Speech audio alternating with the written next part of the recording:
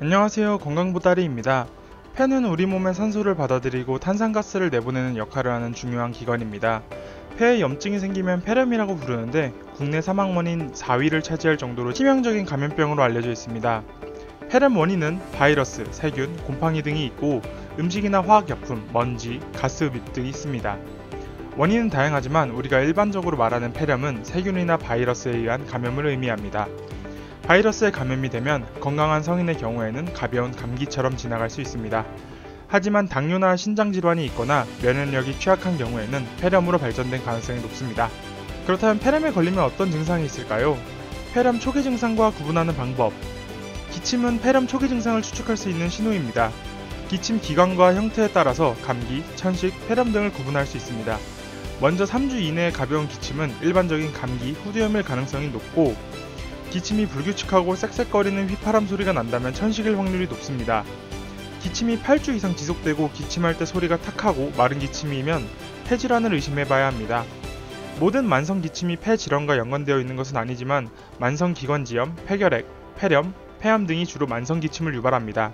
폐렴 증상과 감기를 구분할 수 있는 또 다른 방법은 열입니다.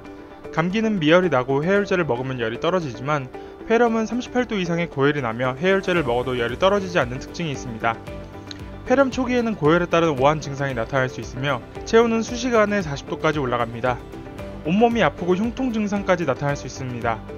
하지만 70대 이상 폐렴 환자 중 40%는 고열 증상이 없는 경우도 많다고 합니다.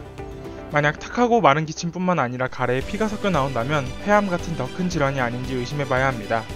가래에 피가 섞여 나오는 이유는 기관지 또는 폐 속에 모세혈관이 터졌기 때문입니다. 따라서 이럴 땐 병원에 가서 혈관 파열 손상 원인이 무엇인지 정확히 진단받아야 합니다. 또 다른 폐렴 원인, 사례. 사례는 음식이 식도가 아닌 기관지로 들어가서 발생하는 기침 반사입니다. 이때 음식물이 폐와 기관지에 들어가서 세균이 증식되면 흡인성 폐렴이 발생할 수 있습니다.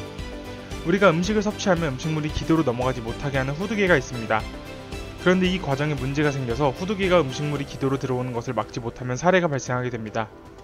사례에 걸리면 정상적인 기침 반사를 통해서 기도로 잘못 들어간 음식을 뱉어내게 됩니다. 하지만 노화로 인해서 입안의 신경이나 근육 반응이 낮아지면 기침 반사 작용이 떨어지게 됩니다. 그렇게 이물질이 폐로 들어가게 되고 이물질에 세균이 증식하게 되면 흡인성 폐렴이 발생하게 됩니다. 흡인성 폐렴은 주로 면역력이 낮은 고령층이나 누워있는 입원 환자에게 나타날 가능성이 높습니다.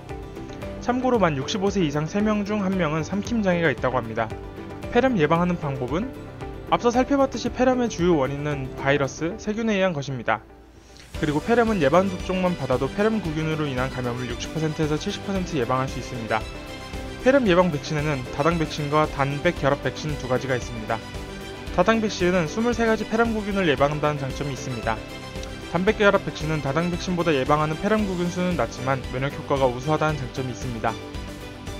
2014년 이전에는 두 가지 백신 중 하나만 접종하면 된다고 해서 보건소에서 65세 이상 노인을 대상으로 폐렴 예방접종을 무료로 제공했습니다.